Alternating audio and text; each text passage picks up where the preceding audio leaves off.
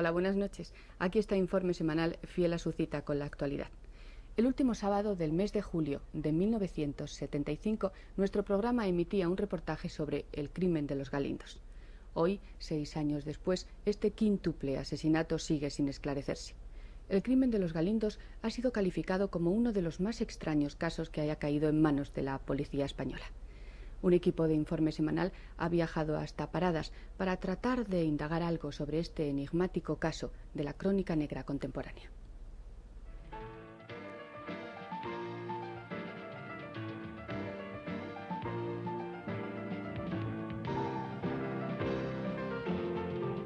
Los cuerpos de Manuel Zapata,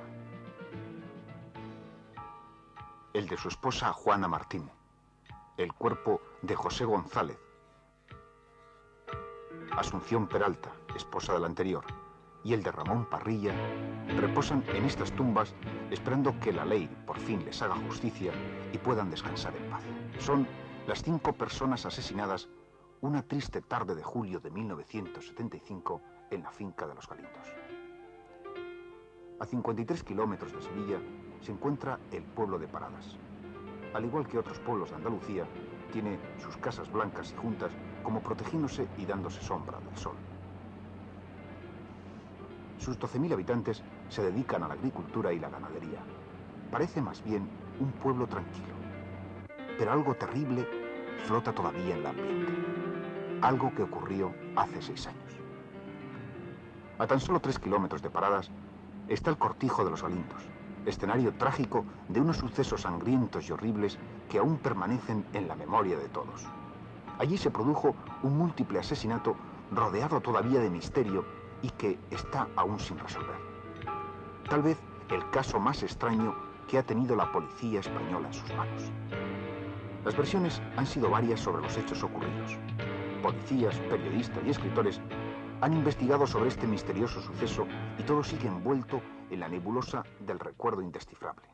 Hoy, 22 de julio, hace precisamente 6 años que se cometieron los asesinatos en el Cortijo de los Galindos. Y un equipo de Informe Semanal estamos en el lugar de los hechos. El 22 de julio de 1975, según la versión inicial de la policía formulada en una rueda de prensa en Sevilla en 1979, Pepe González, tractorista de la finca, arreglaba en el cobertizo uno de los dientes de la máquina empacadora. Al llegar Zapata, capataz de los Galindos, le recriminó por ese hecho. En el acaloramiento de la discusión, González le golpea en la cabeza ocasionándole la muerte.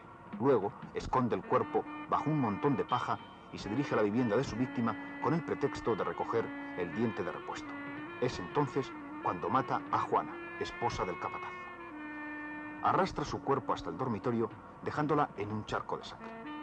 La tercera de sus víctimas, según la versión policial, es Ramón Parrilla, otro tractorista del Cortijo, testigo indiscreto, a quien dispara con una escopeta repetidas veces al intentar huir del escenario de la tragedia. En estas imágenes podemos ver el recorrido que la víctima hizo al intentar escapar de la muerte. El supuesto asesino, Pepe González, tras estos acontecimientos, va al pueblo a recoger a su esposa, Asunción, con la disculpa de que la esposa del capataz estaba accidentada. Asunción, al llegar y ver con horror que la mujer estaba muerta, con la cabeza destrozada, discute con el marido y este mata a su esposa. Luego, arrastra los cuerpos sin vida de las 2 mujeres hasta el cobertizo, los rocía con gasolina y les prende fuego con tan mala fortuna, según la versión policial, que le alcanzan las llamas y muere abrasado. Esta es la versión que en su día dio la policía, pero no es la única. El equipo de Informe Semanal ha dialogado con diferentes personas del pueblo e investigadores del caso y ha podido comprobar las enormes contradicciones existentes. Una de ellas, nos decían, es la de Zapata, el capataz, que fue el primer inculpado y que no lo encontraron hasta el tercer día de los trágicos sucesos, habiendo la Guardia Civil rastreado la zona repetidas veces. Otro es el caso de Juana, que no apareció en el cobertizo quemada, sino en su dormitorio. Y otra, muy importante, es la posible participación de más personas.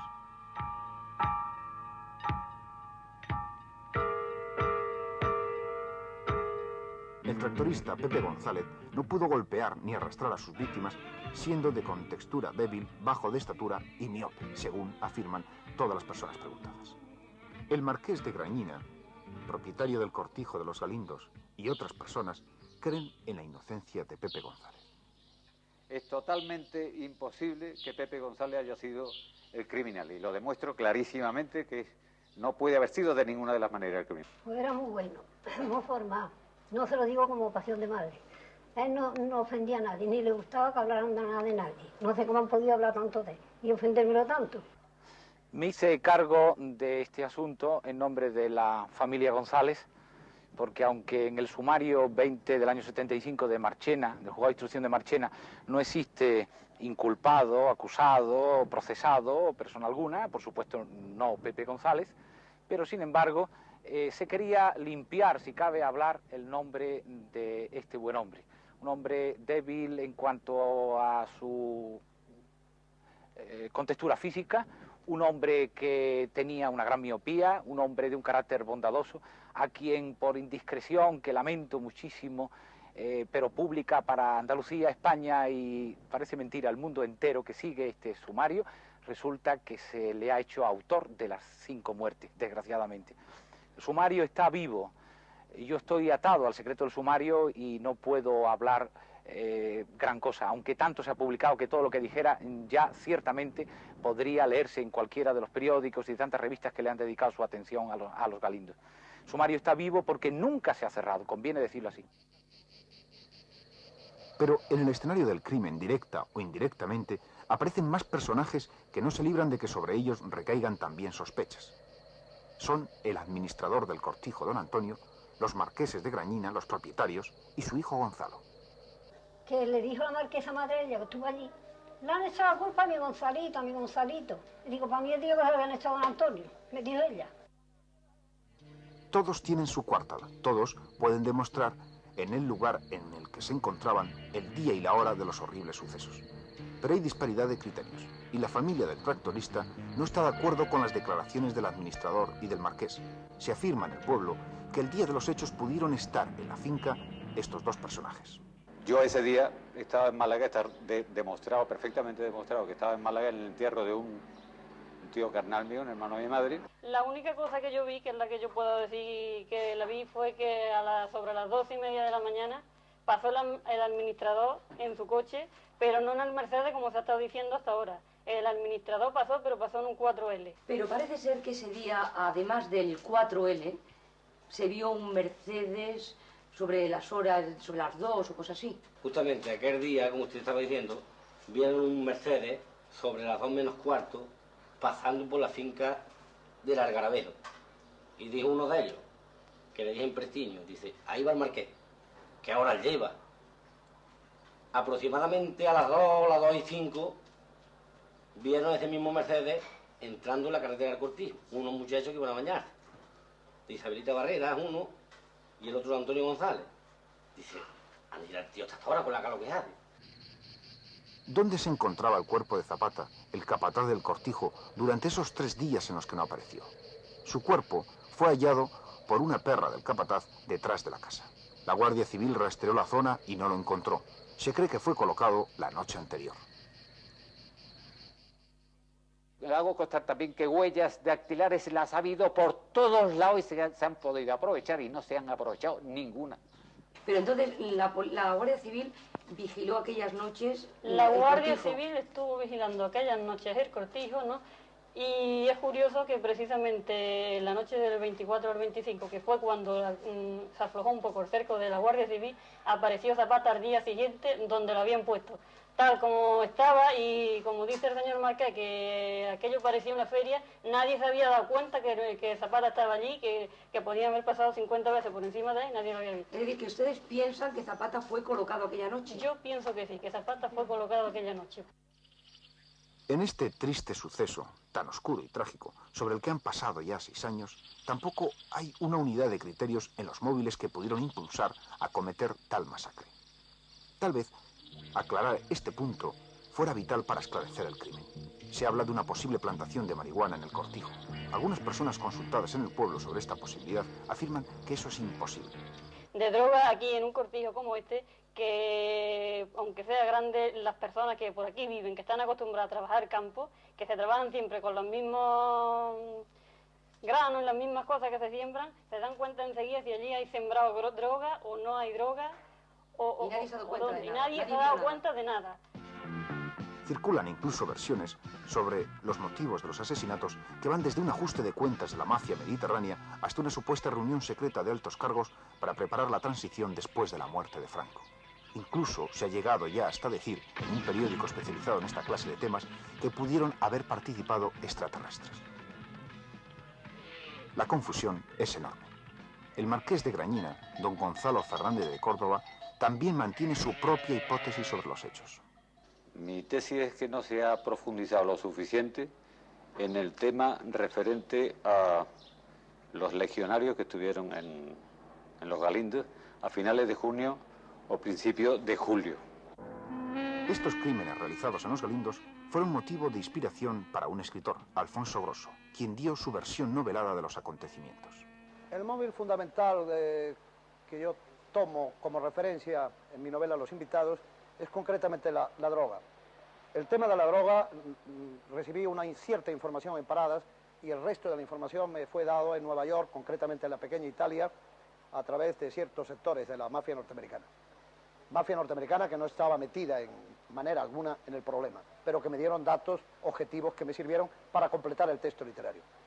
Yo quisiera, al hablar de la droga, decir concretamente que no quiero inculpar en este acontecimiento en manera alguna a José González, un inocente con su mujer, que yo tuve que valerme del dato literario para poner en pie una historia.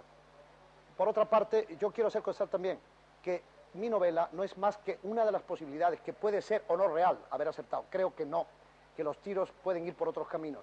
Y moralmente estoy obligado a decir que la investigación debe continuar, pese a que se haya escrito esta novela Los Invitados, que según me han dicho últimamente, alguien está aprovechándose de ella para echar la culpa a unos personajes que no son más que personajes de ficción.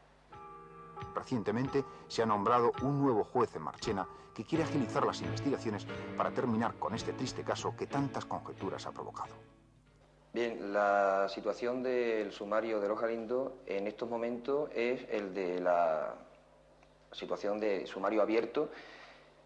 Esto quiere decir que lógicamente no se ha cerrado, y no se ha cerrado porque las averiguaciones que hasta ahora se han hecho y las que se siguen haciendo y se harán en su momento oportuno no han dado la oportunidad de cerrarse, dado que el mismo se encuentra en una situación hasta cierto punto, sino de una incertidumbre total y absoluta, sí de una incertidumbre parcial. El periodista Pepe Fernández de Radio Sevilla lleva investigando sobre el crimen de los Galindos desde el año 1979 y se ha encontrado con una serie de contradicciones. Recientemente ha sido amenazado por teléfono. Confío, como muchos de mis entrevistados han señalado, en que esto se aclare, porque qué duda cabe que no es un crimen perfecto. Y otro dato, estamos justo en el escenario donde apareció el último cadáver, el cadáver de Zapata, que murió el primero. Es decir, si los telespectadores están viendo perfectamente que esto está prácticamente como estaba entonces, es decir, que aquí si está la Guardia Civil y está la Policía Municipal investigando, es lógico que aquí se vea un cadáver por unas pacas de paja que le pongan encima. Es decir, que bueno... Por la distancia. Por la distancia, exactamente. De la casa. Exactamente. Sí. Y es lógico que se tuviera que ver. Son algunas contradicciones que supongo que el juez las tendrá investigadas o la investigará. No sé, el juez nos dijo que iba a seguir investigando, que iba a seguir para adelante y que quedan cosas por hacer. Pues que se hagan. El gran misterio en torno al crimen de los Galindos sigue en pie. Han pasado 6 años. Se han realizado toda clase de investigaciones y nada se sabe. Nada se descubre. Un interrogante se abre ante el silencio. ¿Estamos ante un crimen perfecto? Aún después de 6 años, los causantes del dolor y el drama en la finca de los Galindos siguen en libertad.